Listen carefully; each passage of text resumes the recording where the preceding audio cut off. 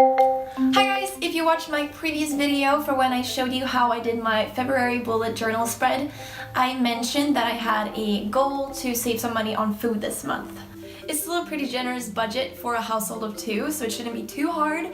But if we just go on and look at how much money I've actually already spent, considering it's just day 4, I've definitely gone a bit on the hefty side. So I've spent about $146, which is not too bad, and I have $273 left.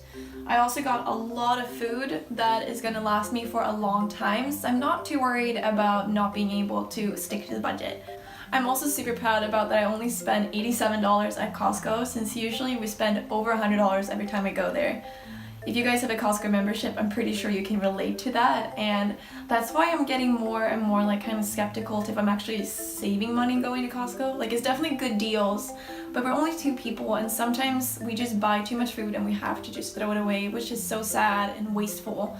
So I'm definitely going to be looking more into local grocery stores and so forth for this month to see if that will make a difference in our spending. What was nice about going to Costco is that I got a lot of bulk items that I know is going to last me the entire month. I got tomato paste, I got this huge container of spinach. I'm going to freeze some of it and put it into my smoothies so it doesn't go bad. So because it's pretty much only bulk items at Costco, that's why I decided to go to Sprouts and get stuff like onions and garlic, because I don't need to buy 10 onions, I needed just 2. So besides getting just some of those kind of staples, I also got 2 Dia pizzas because they were on deal. There were 2 for $10, which is an awesome deal considering that they are dairy and gluten free. My husband is allergic to those 2 items, just 50% of the Californian population. So if you haven't tried those already, or if you're allergic or you're just vegan, I definitely recommend giving them a go. It's great to just have those in the freezer in case you just need to make a last minute dinner.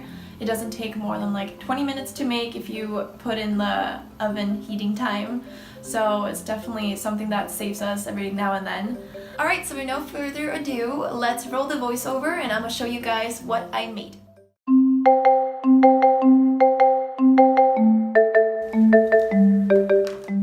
Start off with slicing up half an onion along with 2 garlic cloves.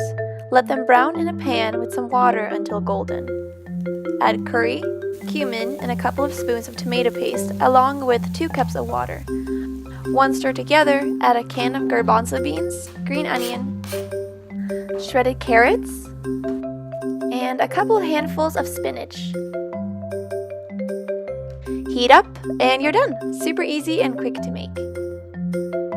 Next recipe is a cauliflower curry, and this is going to give you a ton of servings.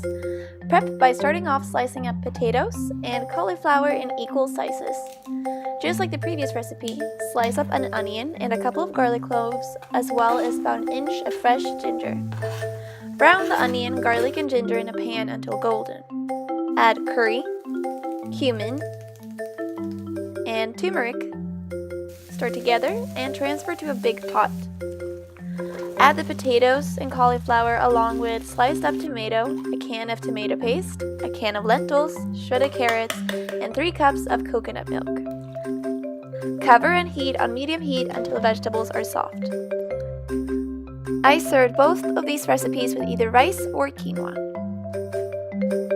Alright guys, that's it for today's video. I think that the food that I made should be enough for about 12 lunch dinner meals, which is awesome. Definitely gonna have to probably freeze some of it since it probably go bad otherwise. Thank you so much for watching this video. If you liked it, make sure to give it a big thumbs up. Hit subscribe if you want to join our little community, and I'll see you guys in the next video. Have a great week. Bye!